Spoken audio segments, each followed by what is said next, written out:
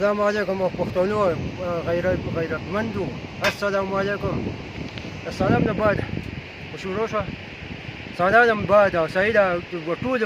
بدی دوه سلام هم نه ده پکار د موټرسایکل والا دومره نارواګانې کوي وای دا چانس دغه خراب ده بیا سیده اوري کله ولې د ظالمانه اوري ډاریکا زما 50 روپۍ د موټرسایکل د پر ټیک پیرا کوي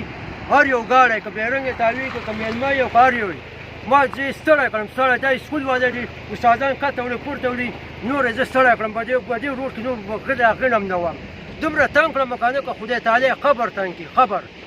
الله دې خبر تنګ کړي دا د سړي زامن دی دا د بیاوړي د بېغیرته پښتانه دي دا د سره پښتانه دیم نه وادي ورته زه ستړی شوم